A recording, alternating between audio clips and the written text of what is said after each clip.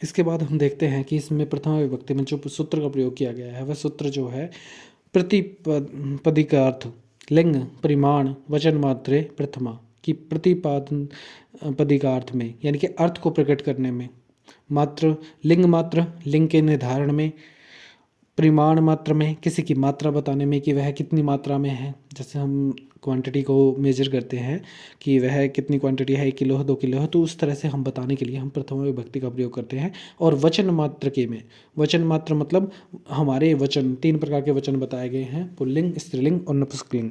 तो इन प्रकार के निर्धारण करने के लिए हम प्रथमा विभक्ति का प्रयोग करते हैं।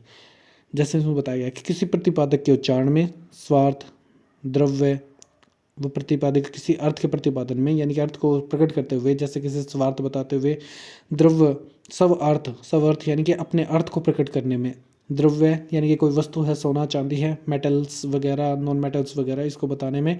लिंग हमारे 3 प्रकार के हैं, स्त्रीलिंग पुल्लिंग और नपुंसकलिंग। संख्या एक वचन है, बहुवचन है या द्विवचन है। और कारक इनको बताते हुए जिसका निश्चित रूप से ज्ञान हो जाए उसे प्रातिपदिकार्थ कहते हैं। जैसे उच्चई निश्चय, ऊंचाई मतलब ऊंचा, निश्चय मतलब नीचा। कृष्ण किसी का नाम अपने अर्थ बताने के लिए, जैसे कृष्ण का जो है सामान्य अर्थ काला होता है, तो यहाँ पर अपने अर्थ को प्रकट कर रहा है, चाहे वो नाम में हो। श्री यानी कि यश और ज्ञानम, इस प्रकार से अर्थ को प्रकट करते हैं, तब हम प्रातिपदिकार्थ का अर्थ निकालते हैं, वहाँ पर प्रथमा विभक्ति का प्रयोग किया जाता है। लिंग मात्र अधिक्य प्रथमा यानी कि जिन शब्दों के लिंग निश्चित नहीं होते उनको निर्धारण करने के लिए प्रथमा विभक्ति का प्रयोग होता है। जैसे तटह, तट लिखेंगे तो यह निश्चित नहीं होगा, लेकिन अगर हम यहाँ पर तटह लिखते हैं तो वह पुल्लिंग में होगा। तटी यानी किनारी, तो उसको कहेंगे स्त्रीलिंग। और तटम नपुंसकलिंग, तो यहाँ पर नपुंसकलिंग का प्रयोग किया जाएगा। अब नेक्स्ट में बताया गया है कि परिमाण मात्र अधिक्य, कि परिमाण मात्रा को, वजन को, माप को, तोल को बताने के लिए हम प्रथमा विभक्ति का प्रयोग करते हैं। जैसे द्रोणों ब्रीही यानी मुट्ठी भर चावल, तो यहाँ पर जो है प्रथमा विभक्ति का प्रयोग किया गया है, ब्रीही। नेक्स्ट हम करते हैं वचन मात्रे। वचन बताने के लिए किस प्रकार, देखिए हम वचन बताते हैं। जैसे एका मतलब एक है, द्वौ यानी 2 है, और बहुव यानी कि ज़्यादा है, 3 4 त्रय चत्वारः, तो जितने भी होंगे वो हमारे उसमें हम प्रथमा विभक्ति का प्रयोग करेंगे। इसके अलावा संबोधनेचा, किसी का संबोधन करते हैं, जब भी हम किसी को पुकारते हैं तो उसमें हमेशा प्रथमा विभक्ति का प्रयोग किया जाएगा। उक्ते कर्तरी प्रथमा, कि कृतवाच्य में जो हमारा एक्टिव वॉइस, जैसे हमने अभी पढ़ा था, तो एक्टिव वॉइस कृतवाच्य जो होगा, जहाँ पर कर्ता प्रधान होगा, वहाँ पर हमेशा कर्ता में प्रथमा विभक्ति का प्रयोग किया जाता है। जैसे रामम गृहम गच्छति, राम घर को जाता है, तो रामः जो है, जो राम में यहाँ पर प्रथमा विभक्ति का प्रयोग किया गया है। यहाँ पर कर्ता है और कर्ता में प्रथमा विभक्ति का प्रयोग किया गया है कृतवाच्य होने की वजह पे। इस प्रकार यह प्रथमा विभक्ति होती है, जहाँ पर हमने ने अर्थ में निकाला है अर्थ। यहाँ पर अगर हम वाक्य को पढ़ते हैं कि जैसे राम पत्र लिखता है, तो पत्र को लिखने वाला, क्रिया को करने वाला कौन है, राम। तो राम में कर्ता होने की वजह से यहाँ पर प्रथमा विभक्ति का प्रयोग किया गया। यहाँ पर हमने जो है सबसे पहले यह जाना है कि प्रथमा विभक्ति का प्रयोग कहाँ कहाँ किया जाता है। और प्रथमा विभक्ति में हमने देखा है कि प्रथमा विभक्ति जो है कर्ता का प्रयोग, कर्ता कारक होता है प्रथमा विभक्ति में, और यहाँ पर ने का जो है चिन्ह इसका प्रयोग किया जाता है। स्वतंत्रकर्ता जो कर्ता होगा, इसके बारे में हमने पढ़ चुके हैं। इसका प्रयोग कहाँ कहाँ करते हैं, प्रातिपदिकार्थ यानी अर्थ को प्रकट करने में प्रथमा विभक्ति का प्रयोग होगा। लिंग यानी कि लिंग के निर्धारण में कि वो स्त्रीलिंग है, पुल्लिंग है या नपुंसक लिंग है। परिमाण यानी कि मात्रा को बताने में कि वो कितनी मात्रा में है, एक नाप तोल में, द्रोणों ब्रीही जैसे मुट्ठी भर चावल है, या वो उसकी मात्रा किलो में है, इस तरह से बताने के लिए उसकी मात्रा का परिमाण का प्रयोग किया जाता है, वहाँ पर प्रथमा विभक्ति का प्रयोग होगा। वचन को बताने के लिए और मात्रा को बताने के लिए यहाँ पर हम जो है प्रथमा विभक्ति का प्रयोग करते हैं। अब जो है हमारे द्वितीय विभक्ति यानी कि कर्म कारक की बात करते हैं। कर्म कारक क्या है कि जिसका कर्ता पर सबसे ज़्यादा प्रभाव पड़ता है। कर्ता अपनी क्रिया के द्वारा जिसे विशेष रूप से प्राप्त करना चाहता है, जैसे राम खीर को खाता है, तो खाना क्या चाहता है, वो खीर को। तो इस प्रकार से जिसको विशेष रूप से जिसको प्राप्त करना चाहता है, वहाँ पर कर्म संज्ञा होती है, द्वितीय विभक्ति का प्रयोग किया जाता है। जैसे राम है लेखन्या पत्रम लिखती, कि राम जो है लेखनी के द्वारा पत्र को लिखता है, तो जो यहाँ पर कर्ता है कौन है, कर्ता जो है राम है। अपनी लेखनी यानी कि पेन रूपी क्रिया से सबसे ज़्यादा क्या करना चाह रहा है, कि वो उसके हाथ में जो माध्यम है, जो करण है, उसके द्वारा वो करना क्या चाह रहा है, तो पत्र लिखना चाह रहा है। लिखना क्रिया के साथ वो पत्र को करना चाह रहा है, तो यहाँ पर कर्म विभक्ति जो ऑब्जेक्ट कहते हैं, सब्जेक्ट प्लस में वर्ब के फर्स्ट फॉर्म प्लस में ऑब्जेक्ट, जो यहाँ पर ऑब्जेक्ट कहते हैं, तो यहाँ पर वो कर्म को दिया गया है। दूसरा है हमारा कर्मणि के द्वितीया। अब इसके जो है नियम बताए गए हैं कि किस प्रकार से हम इसका प्रयोग करेंगे। अब इसका एक और उदाहरण पढ़ते हैं कि रामः पुस्तकम पढ़ती, राम पुस्तक को पढ़ता है। तो यहाँ पर जो पढ़ने की क्रिया है वो सबसे ज़्यादा किस चीज़ की है, पुस्तक की। तो पुस्तक को पढ़ना चाह रहा है, तो सबसे ज़्यादा पढ़ने के कारण इच्छित वस्तु होने के कारण यहाँ पर कर्म कारक का प्रयोग किया गया है। फिर जो है इसका प्रयोग बताया गया है कि द्वितीय विभक्ति यानी कि जो हम कर्म कारक का प्रयोग कहाँ कहाँ करते हैं, इसमें बताया गया है कि हमारे कर्मणि द्वितीय यानी कि कर्म में द्वितीय का प्रयोग होगा। जैसे यहाँ पर देखते हैं हम, राम गृहम गच्छति, राम घर को जाता है। तो जाने की क्रिया का जो मुख्य उद्देश्य है वह घर है, तो इसलिए यहाँ पर द्वितीय विभक्ति का प्रयोग करते हैं कि क्रिया का सबसे ज़्यादा प्रभाव, जाने की क्रिया का सबसे ज़्यादा प्रभाव घर पर पड़ रहा है, इसलिए यहाँ पर गृहम में द्वितीय विभक्ति का प्रयोग किया गया है।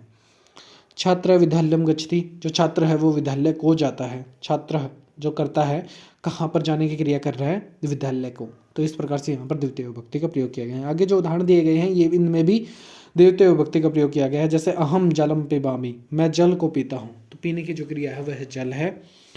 फिर है बालका फलानी खादंती, बालका यानी कि जो बालक है, बहुत सारे बच्चे हैं, फलानी फलम फले फलानी खादंती, खाते हैं। तो फलानी जो है वहाँ पर हमारी क्रिया है, फलानी जो है हमारा कर्म है, और खादंती वहाँ पे क्रिया है। सह नगरम गच्छति, वह नगर को जाता है, या फिर फलानी नहीं होगा क्योंकि यहाँ पर कर्म कारक नहीं बताया गया है। कर्म यहाँ पर जो है नपुंसकलिंग में जब हम फल का शुभरूप चलाते हैं तो हमारे ये बिल्कुल सेम होता है, फलम फले फलानी, फलम फले फलानी। तो यहाँ पर फलानी शब्द कर्म कारक द्वितीय विभक्ति बहुवचन में प्रयोग किया गया है। स नगरम गच्छति, वह नगर को जाता है। भक्त हरिम भजति, भक्त जो है हरि को भजता है। तो इस प्रकार से उदाहरण दिए गए हैं। तो यहाँ पे जितने भी वाक्यों में ग्रह, विद्यालय, जल, फल, नगर, हरि, इन सभी में कर्म संज्ञा है क्योंकि इस पे क्रिया का सीधा प्रभाव पड़ता है। अब तीसरा जो सूत्र दिया गया है वो है अकथितम च। अकथितम च का मतलब होता है मतलब नहीं, कथितम यानी कहा गया, कि जहाँ पर कर्म का निर्धारण ना किया गया हो। अपादान संप्रदान करण आदि कारकों के द्वारा अविकसित कारक कर्म होता है,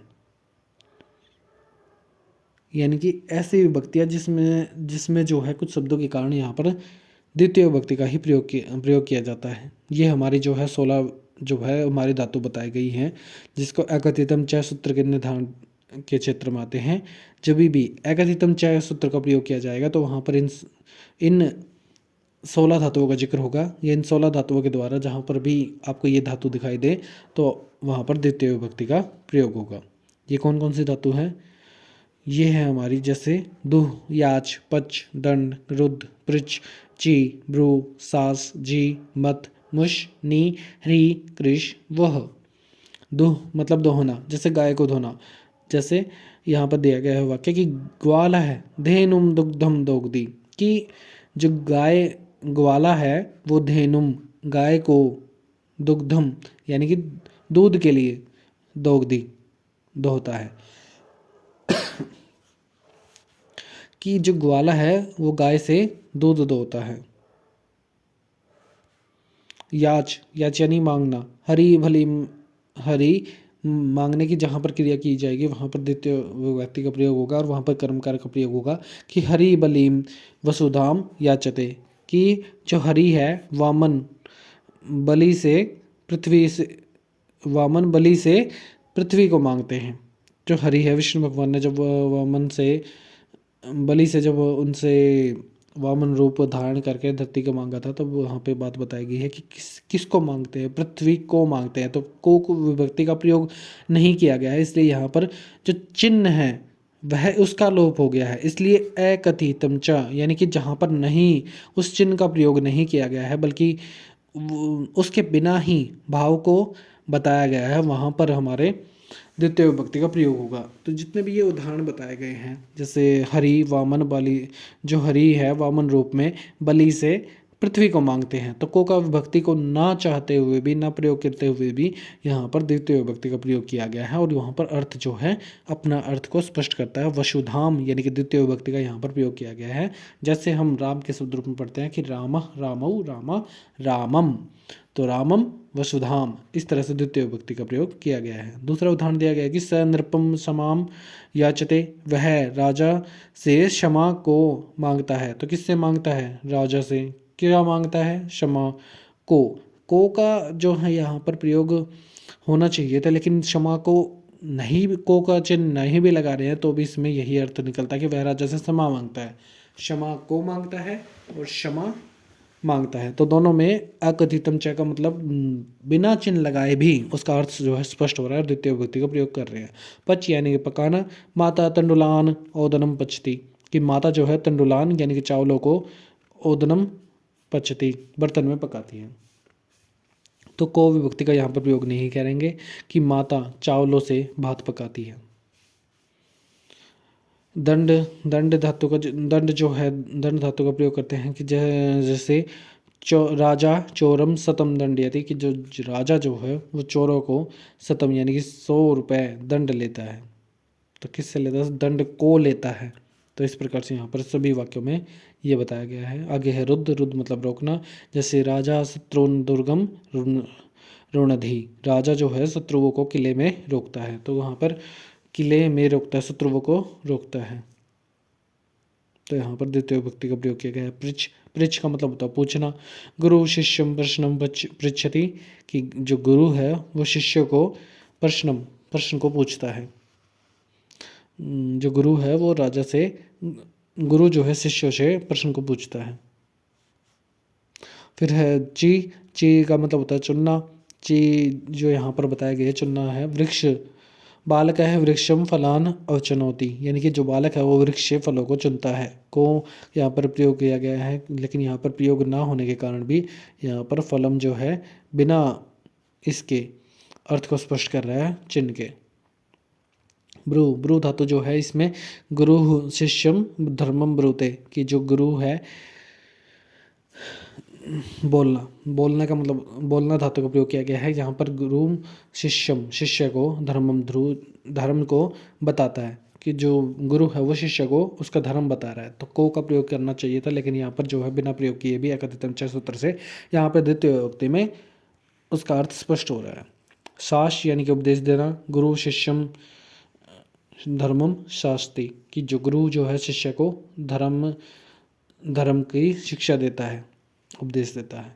तो यहाँ पर धर्म का उपदेश देती है। यहाँ पर षष्ठी विभक्ति होते हुए भी यहाँ पर जैसे हमने पढ़ा था पादन संप्रदान और करण आदि कारकों की कर्म संज्ञा की गई है। तो यहाँ पर आना तो का के की षष्ठी विभक्ति आना चाहिए था, लेकिन यहाँ पर कर्म कारक का ही प्रयोग किया गया है। जी मतलब जीतना। स देवदत्तम शतम जयति, वह देवदत्त से 100 रुपये जीतता है, तो 100 रुपये को जीतता है। इसी प्रकार से मथ, मथ यानी कि मथना।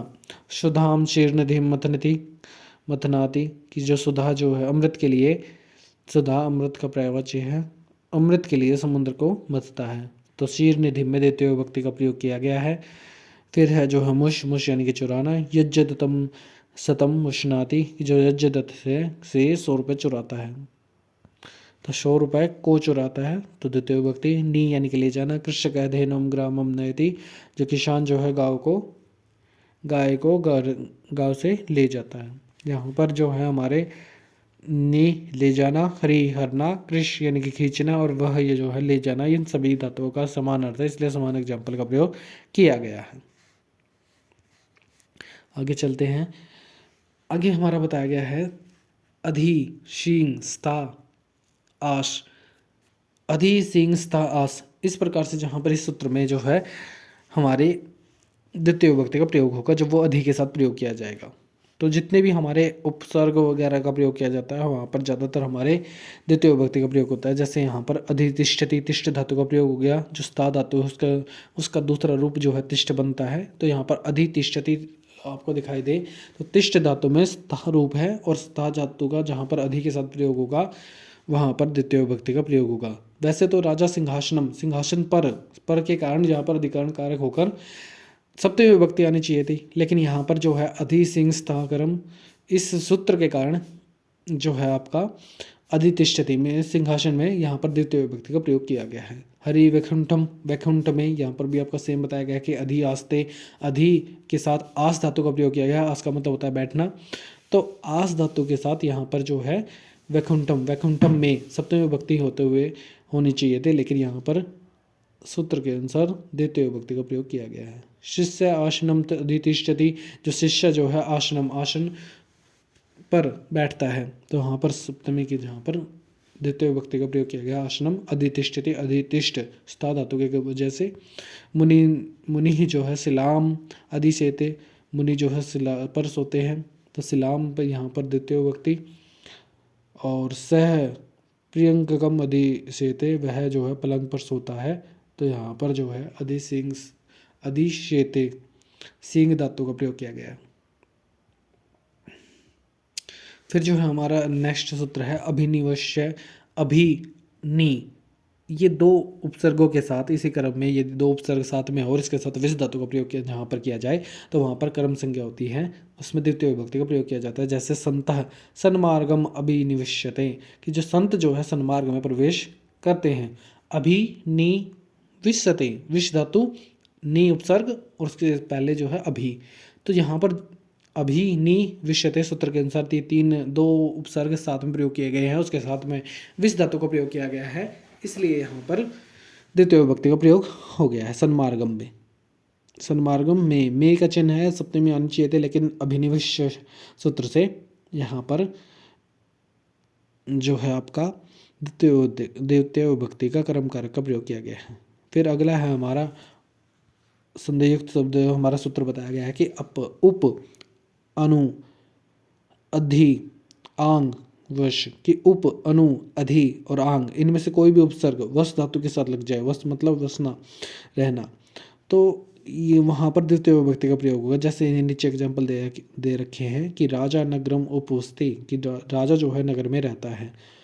ये जितने भी अनु, अधि, आव, आवस्ति, ये सभी के सभी उदाहरण जो है एक ही अर्थ को प्रकट करते हैं, इसलिए यहाँ पर द्वितीय विभक्ति का उपसर्ग के बाद वश धातु होने के कारण प्रयोग किया गया है।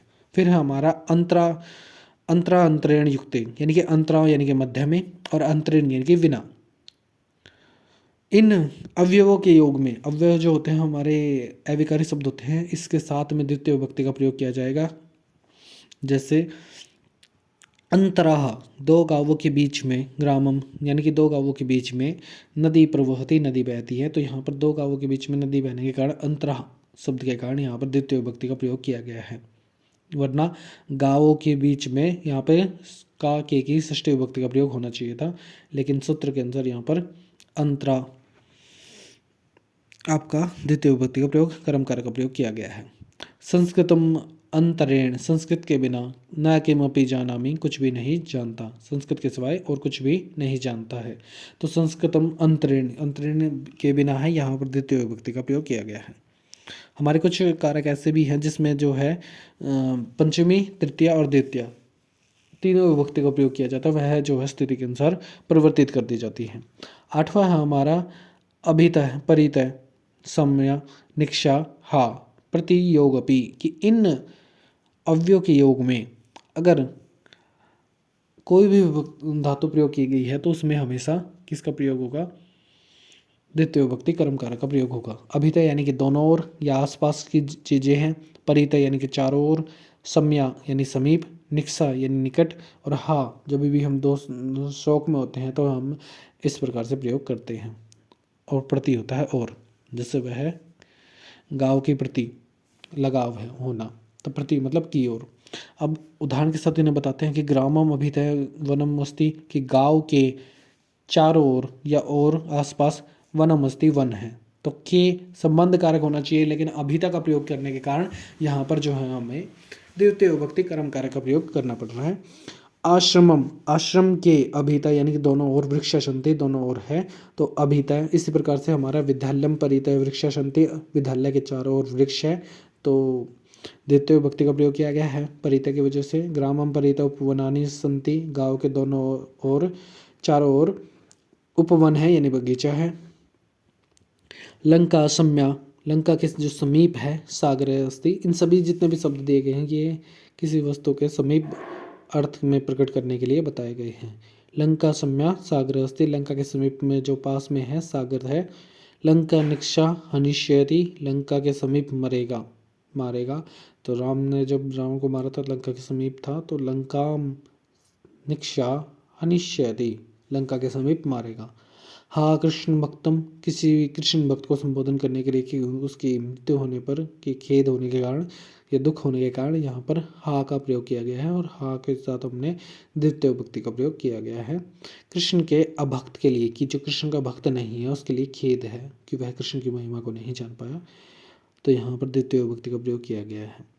वो भुक्षितम न प्रतिभाति किंचित, है कि भूखे को कुछ भी अच्छा नहीं लगता है। वो भुक्षितम न प्रतिभाति, तो यहाँ पर प्रतिभाति कुछ भी अच्छा नहीं लगता है, तो की ओर प्रति का जो यहाँ पर प्रयोग किया गया है, इसके कारण जो है हमारा द्वितीय विभक्ति बुभुक्षितम में प्रयोग किया गई है।